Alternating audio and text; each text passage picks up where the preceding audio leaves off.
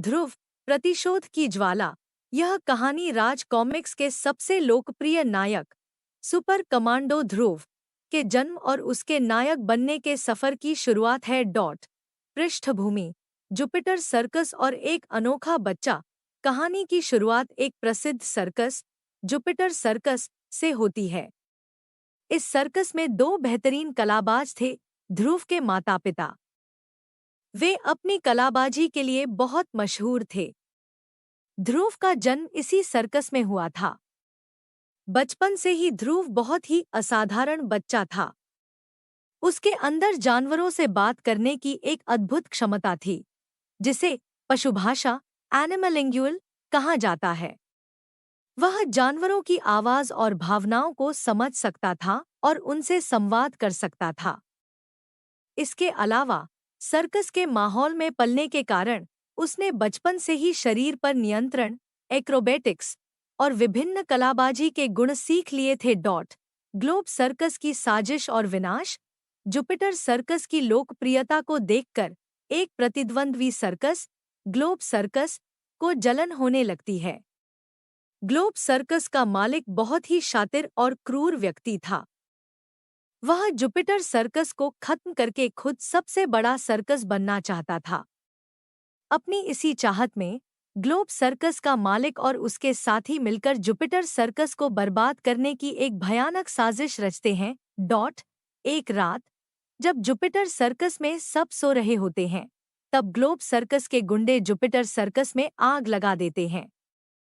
यह आग इतनी भयंकर होती है कि देखते ही देखते पूरा सर्कस जलकर राख हो जाता है। इस भीषण अग्निकांड में ध्रुव के माता पिता भी मारे जाते हैं। ध्रुव का प्रतिशोध और संकल्प: इस भयानक घटना का ध्रुव के मासूम मन पर गहरा सदमा पहुंचता है। वह अपने माता पिता को खोकर अनाथ हो जाता है। उस जलते हुए सर्कस में ध्रुव अकेला रह जाता है। अपने माता पिता की मौत का जिम्मेदार ग्लोब सर्कस को मानकर ध्रुव के दिल में प्रतिशोध की एक भयंकर ज्वाला भड़क उठती है।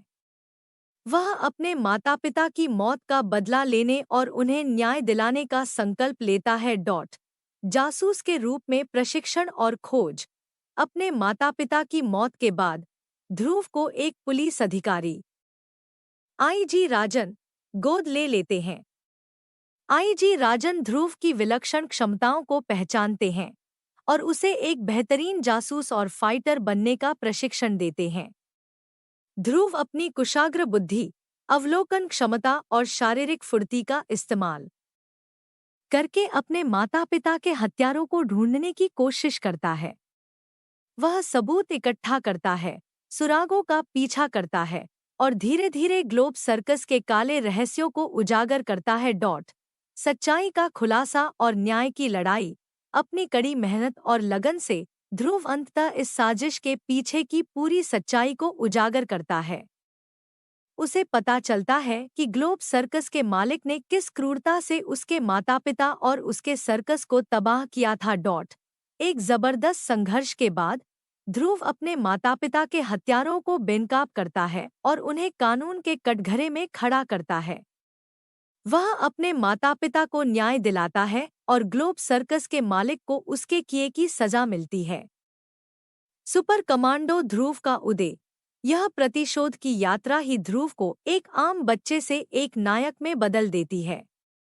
अपने माता पिता को न्याय दिलाने के बाद ध्रुव यह समझता है कि दुनिया में ऐसे कई लोग हैं जिन्हें न्याय की आवश्यकता है और जो अपराधियों के शिकार हो रहे हैं।